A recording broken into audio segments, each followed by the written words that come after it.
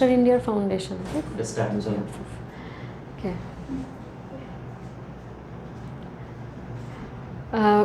Good afternoon, everyone. We welcome you here today to simply talk about life, how to make every day and every moment of your breathe easy. How things become easy in life is a question we all approach differently in life, and we need to we definitely come out with different kinds of answers to that question. But there are certain things, certain areas of commonality that exists in us, in the crowd that is listening to me, the crowd to which I belong, and the crowd to which you belong. So today, from a very little experience, I'm personally a person of literature. I did my master's in English literature from St. Xavier's University, but I had a keen interest in the functioning of the mind, and I used to read the psychoanalytic theory by Sigmund Freud when I was doing my master's, and I met this wonderful personality, Dr. Zakir Hussain, the founder of Oyster India Foundation, who gave me this opportunity to indulge in a discussion with learned people here. And from my very little knowledge, what I have understood about healing on a mental level, in an internal level, happens not only through treatment, but happens also through at a close look that we take at our lives and within ourselves. And that brings me to the concept of logotherapy. One side we have psychoanalysis, or the psychotherapy, that we know we have this common idea of sitting inside the chamber of a psychiatrist who tells us to lay down on a couch and talk about the past that he and she has gone through, the memories that torment him, down the memory lane. It's a journey that you talk to about a psychiatrist, and the psychiatrist doesn't become judgmental. He just listens to you. He just wants you to come up with everything that is inside you as a vent, as a ventilator. He wants you to open up. So this is a common idea which all common people have who have experienced, who has undergone psychoanalysis, maybe on either side of the desk. It could be the doctor, it could be the psychiatrist, it could be the patient or the relative of the patient, or somebody who has read about it, or maybe heard about it, or in any YouTube channel or any other sources. We have this common idea.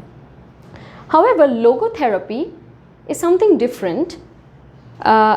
It takes a step forward and it approaches the problems of life in a different way. So before coming to logotherapy, whenever something is made very good, it's a dish, we ask that this is from which restaurant, or this is by which chef, or which family member has made it, maybe your mother or your aunt or anybody. So when it is coming to logotherapy, it's a wonderful concept. We need to know the man, the personality, the formidable figure behind this concept of logotherapy, and that is Viktor Frankl. Who is Viktor Frankl?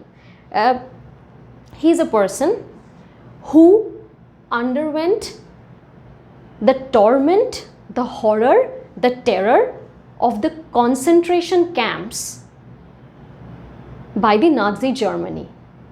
He lived inside that concentration camp. He had something inside him which kept him pushing forward, and he wanted to be alive and do things after he gets the scope of coming out of that concentration camp. And logotherapy is not just a concept which has come out because of a very difficult process of research, but it is a fruit of experience. Viktor Frankl is a person who experienced what it means to have a goal in life and how to not survive, not exist, but how to thrive, I quote unquote, THRIVE. thrive, thrive, to stick to that and come out and do what the person needs to do. And he says that it is, in his book, that In Search of Meaning, he says that it is this wish to do something after he gets an opportunity to come out of the concentration camp is what kept him alive inside the camp. So that is all about, first to introduce him. Okay, so you know, there's someone called, if I'm not wrong, Sartre told that someone who has a why to live will anyhow bear and will anyhow continue the journey. So logotherapy, what is logotherapy? Logotherapy is a kind of therapy which helps you to find the purpose in your life. And as Sartre has said, that you know, we don't create meanings in our life, we discover meanings. And when we discover meanings, we first involve with ourselves. So logotherapy is something about that. I talked about psychoanalysis and what a psychiatrist does. Logotherapy is a different step. It asks the patient, or if there is no scene of a patient, if you're just reading about logotherapy from somewhere, you can do the therapy with yourself. You need nobody. Okay, how to do that? You think about what next, and not the past, not the regret of the past, not the problems of the past, not the situations you faced in the past, not a journey down the memory line, talking to someone, venting it out. It asks you a question: what next? What are you going to do next? What will be a step? What are you going to do next doesn't mean that you have to, you know, by 5 years you have to build a house, you have to, buy 2 cars, or maybe invest in some property. That is not what logotherapy talks about at all. It talks about finding a purpose in your life and discovering. And while, if you haven't, and one thing, don't worry that if you haven't still found out the purpose in your life, it is your mission to discover that purpose, because that discovery leads you to yourself. We are all unique human beings. We are all unique creations, different from each other with different capabilities. So it is, if you want to live, you have to live by discovering meanings. And how do you discover meanings? You find yourself. And how do you find yourself? When you find purpose. So from logotherapy, I'll come to an Asian concept of psychology, which was not introduced to the Western psychology or psychological sciences. And what is that? That is the concept of ikigai. Who introduced that? Introduced by the Japanese. What do the Japanese say? It's a completely Asian concept in terms of psychology. We know about Japan, right? Japan is that land. Hello everybody. So once again, what is Japan all about? Why should Japan strike you? Japan is that land which innocently was victimized. We all remember the torments of the Hiroshima-Nagasaki incident, the Holocaust that happened in Japan. And Japan, you know, it's called the land of the rising sun. It did not look back. You visit Japan, you see any travel video, you ask about anybody about Japan, internet gives us access to everything. Everything is just one tap away, one touch away. Okay, so you get to know that when you look at Hiroshima, Nagasaki today, standing here, you don't even realize that this city was bombed. Oh my God. You think that it is remade. It was never bombed. Nobody attacked it. You know why this happened? Because all the citizens of Japan, the Japanese all together, they worked collectively. It happened to them. They were shook. They were destroyed. They were just, everything just made all everything. Life was left with no meaning to them. But they had Japan with them. Nothing, maybe the city was destroyed, but the motivation inside them, that wasn't destroyed. So they rebuilt the 2 major cities. Okay, and it is true, I'm not saying they are going to forget the Hiroshima Nagasaki bombing, but you know, they have this story to tell their children and their generations coming up that we represent a country which was bombarded and we were destroyed, 2 main cities, and we built that again. How did we do that? We did that because we were all together, because we were all finding a purpose. Because you know, one city is not built by one man. Somebody is making the building, somebody is providing the electricity, somebody is teaching, somebody is providing for the mental and physical health abilities, somebody is in the entertainment sector. You build all together. Somebody is cooking the food, whatever. In your entire day, do you even realize that from one rickshawala to your wife at home, to your mother at home, your children, your father, the help of how many people you're needing in one 24-hour day? So it was a community project for them. It was all about coming together. So the philosophy that I'm talking about, the philosophy of ikigai, comes from such a country as Japan, which believes in communion, in treating the person opposite to you as a brother, even if you know them, even if you don't know them. And this happens in all the small islands in Japan. One from them is an island called Okinawa in the southern part of Japan. What do they do? So what is the meaning of the term ikigai? Ikigai means the happiness that you achieve by always remaining active. And Okinawa, from where we have drained out the concept of ikigai, is an island where we see that 24.55% of the population per 1 lakh inhabitants are all centenarians. They live above 100 years of age. So they live more than 100 years, not because they are provided the best doctors, not because they are rich like or influential like the Forbes 30 under 30 magazine people or anything, but they know how to use the best resource in their life in the way they should. And what is the best resource in your life? It is time. It is time. Okay, so moving on, what is ikigai? The philosophy of ikigai asks 4 questions to any and every human being present in the world. Okay, so by any and every, I mean a man who beats up his wife after being drunk has an ikigai. George Bush, George Washington has an ikigai. I have an ikigai. You listening to me has an ikigai.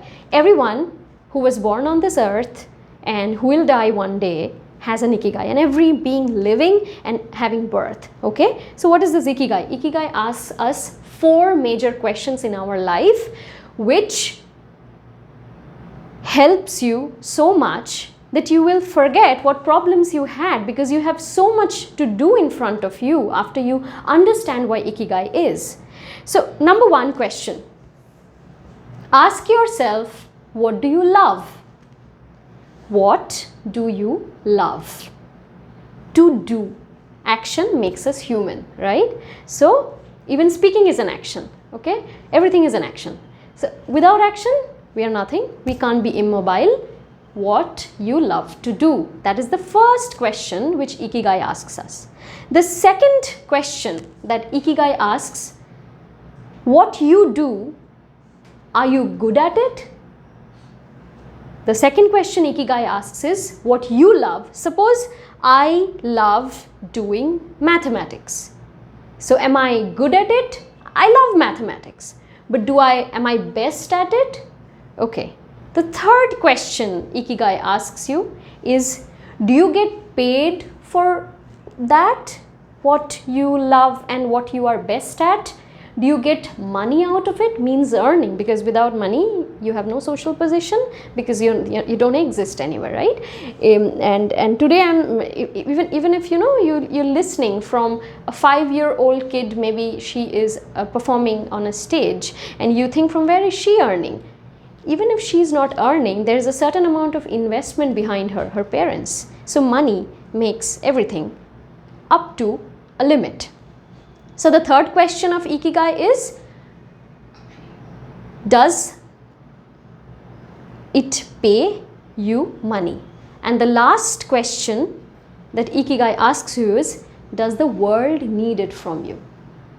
Okay, so the first question, suppose there's a man or a girl or a boy, a lad or lady in his or her 18 years of age, and she's studying science, okay, for example, and she's thinking that, should I do paramedics or should I do medical science? Now, paramedical science is something which is not a popular vocational course in India, but outside India it is, and we will talk today with a sense of inclusivity. So paramedics are the people we will be watching in maybe English movies or somewhere, where suppose there's an emergency accident and the paramedic team members go to that spot, carry the person, can administer the situation well, and carry and give them the first aid major stuff inside the ambulance or the car, and then take them to the hospital. The medics or the medicals are the people who treat them there. So the difference between paramedics and medics. So, you know, I'll tell you over there. So suppose somebody is studying, somebody is confused, okay? We are all confused, and it's okay to be confused, because the great Shah Rukh Khan said that confusion leads to clarity. You need to be confused in order to become clear about certain things in life. So confusion is there with this boy or girl, and she cannot decide, should I do paramedics or should I do medical science? Oh my god, like I'm good at studies, I can crack, I can go to any medical school, but what should I do? So here comes the role of ikigai. Number one, what does she love? Does she love only treating people, or does she love helping people? Okay, so if she loves treating people, she will stick to medics. She doesn't have to administer a situation, she doesn't have to go near an ambulance, you know, just clear the chaos, carry the people, take care of the house, the patient's party or anything. She just needs to treat. Within one room, she can operate on body parts. She understands that maybe somewhere she's not a person who is more interested in people skills or managing situations or administration or something, but she's someone who is very good if she's given a problem, and she can perform the surgery and come out of the room neat and clean, work done. So if she decides that she's good at that, then she has to do that. Number two, is she best at that? So she has to decide that if she is not best at performing surgeries, she cannot cross through any entrance examinations, she cannot sit there and she cannot perform. Number three, does it pay? Definitely. All surgeons get paid well. We know that. It's a truth, it's an axiom all over the world. Okay. Number four, does the world need it? Definitely the world needs. The world needs good surgeons who treat patients with a lot of something which may be out of professionalism, okay? So now if this girl decides that she cannot do that, but she's interested in some other area, then she will move towards that. And if she thinks that no, I cannot, I am a person who can manage outside situations much, I can handle emergency situations, you know, I have that ability and that intellectual quality to handle emergency situations much better than just maybe doing a surgery. So she is going to move into paramedics. So that is how the problems in our life are solved. Confusions are cleared. You're sitting somewhere. For example, I would like to talk about my mother with you. My mother is a fantastic cook. All our mothers are. So she is a fantastic cook. Any recipe she touches, she hears about it, national, international, anything, books from her own ideas. I have never tasted anything so fine beyond what my mother makes. So I always tell her, why don't you make a restaurant? Why don't you start with a small shop? I don't say it because of any other reason. I say it because I know that this woman loves doing that, and she's good at that, and my mother is going to get very well paid if she cooks. And number four, the world needs good food. We all need good food, you know, it makes your mood light and happy and stuff. So because if she is unhappy somewhere in her life, in any situation, because you don't know it being fallible, we are human beings, we make mistakes, if we can accept the fact that all human beings make mistakes, then we also need to accept the fact that life is imperfect, because your mistake is affecting someone else, or your mistake is affecting yourself. So if you can accept the fact that human beings are wrongdoers, it is they make errors, then you have to also accept the fact that life is about imperfections. But what makes life something very normal to you is something peaceful to you when you find a center. And what is that center? That center is the purpose. And talking about this purpose, you know, I would again come back to Viktor Frankl, this man who survived the Germany, the Nazi concentration camps. After coming out of the concentration camp, he made this statistics, and he realized that the prisoners inside that concentration camp, all the prisoners who had a wish to live and do something after coming out of the camp lived more healthily, in a better mental and physical situation, rather than the prisoners who did not have any purpose, who were just dying and crying and whining away. But it's not their mistake. Maybe they were not introduced to that. So so this Viktor Frankl, after coming out of the concentration camp, he has his own chamber. So he meets a man, an old man who loved his wife very much, and her wife died, and he went into depression. Okay, he went into depression, severe depression, all sorts of problems. So he went to Viktor Frankl and he said, "Sir, I have no way." So there are two ways to treat the patient. One, couch, talk, sit, and the other one, logotherapy. So he says that, okay, look, doctor, just imagine you did not die. You are alive and your wife died. Other way, the flip side, what would have happened? So they no, my wife, oh my God, she would have died with the suffering that I am going through. Okay, so that, see, by you not dying, you have helped your wife survive that pain. You've done great. So how are you going to alter the situation? You have to pay for it. And how are you going to pay for it? You have to survive and mourn your wife. You can mourn your wife, cry, be unhappy, but you have to survive. You know why?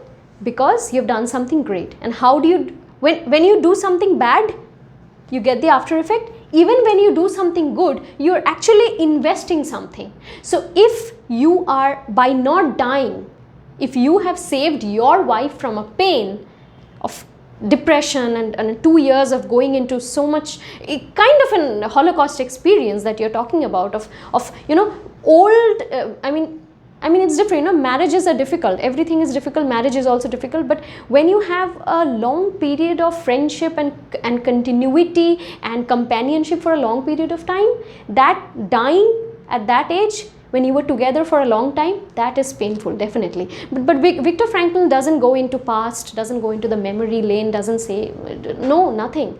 Just think that you have done good to your wife by not dying. Because if she was alive, she would have went through this depression. So if that is the case, how can you haven't realized that, man. You have to realize that you have saved her. She has died, but she's not going through the trauma that you, so you need to be thankful to something and think what? That you have to survive. Because if you do the same thing, then does it make sense if the opposite happens? So you know what the doctor did ultimately? He held Viktor Franklin's hands and he said that, "Thank you, doctor." And he left the place peacefully. Okay? That is all about peace. That is when you find the purpose.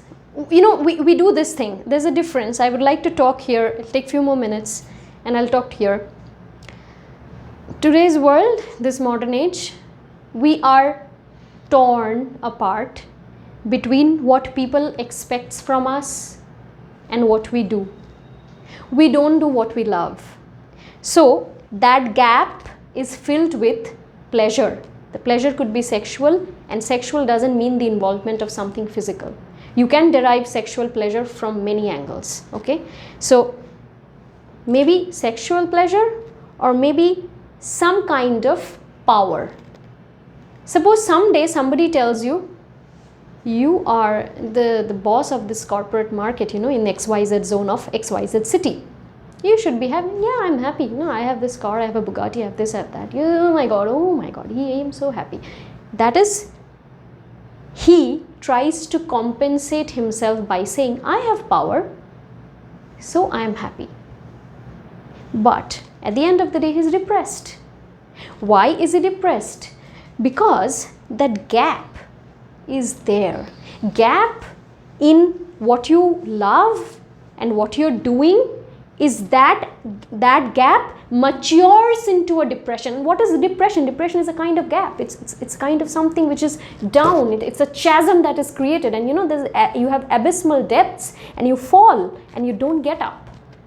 So that gap, if you create a gap between what you're doing and what you love, if there is a gap, if the equation is not correct, that gap of your love and of your action matures into depression in your later life, when years buy down, So people and often this gap is not filled, it cannot be compensated with any amount of power, with any amount of what should I say, any amount of pleasure, sexual or any kind of pleasure. It is not filled. You go to, imagine, I'm not talking about alcohol, I'm not talking about weed or something. Suppose you're tired, okay, a woman is very tired, and she is in very top-notch society, and she's happy in her way with whatever material achievements she wants in her life, and she goes to a spa, relaxing spa, spending lot of dollars, lot of thousands of rupees, and but that won't.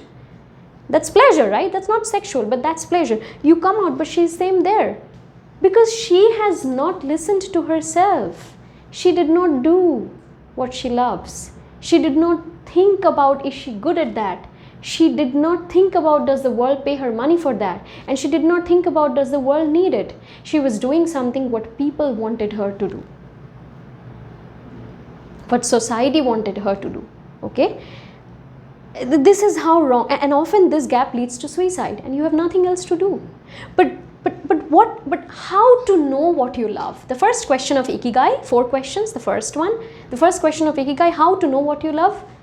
We have this concept of intrinsic and extrinsic motivation. We all know, if a student is given punishment, that is an extrinsic motivation. He will do the homework, and if he is happy to do a art homework or a maths homework, that is intrinsic motivation, that is coming from inside, okay? So this sense of intrinsic motivation, you need to know what, and how do you know? You need to be aware, awareness. And how does awareness come? Awareness comes by conversation, by talking, not only talking to people, but talking to yourself, asking yourself, what do I do best? Do I cook Indian best? Okay, so I am going to become a chef, and I am going to cook all Indian items in the best restaurant, and definitely people will come to me. I can be placed anywhere. I'm doing big, and I will be happy, because if I do something which I love, then I will be happy when the sun rises. I will be happy when the sun sets. And then you sleep, definitely, so you don't need, okay, and that will be a happy sleep, a healthy, sound sleep. And after that, what will happen is you get up and you lead an active life, because you don't have to think about, it's not a pressure. You do something what you love, okay? So now coming back to ikigai, I'll talk about something, this company called Nike, Nike, Nike. There's a right sign. I think it's Nike or Reebok. I think Nike. Most probably Nike. No, there are 2 companies, Reebok and Nike, but I think it is Nike that I'm talking about. Okay, so I read about this man. He was a biology teacher. The history of Nike, I don't know if I'm wrong, it's the internet, I'm sorry. But I think it is Nike, it could be Reebok or something, but I think it is Nike.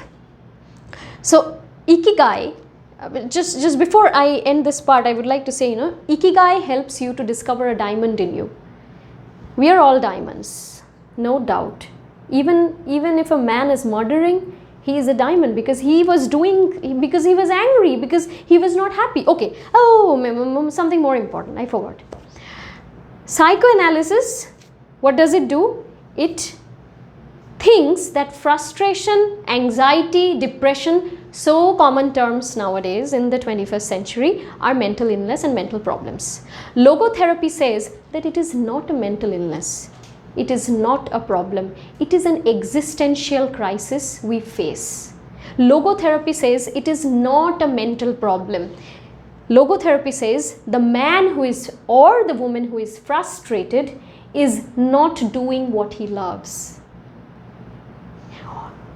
When we are satisfied and happy with our life because we have discovered the purpose and meaning inside it, we will never be frustrated.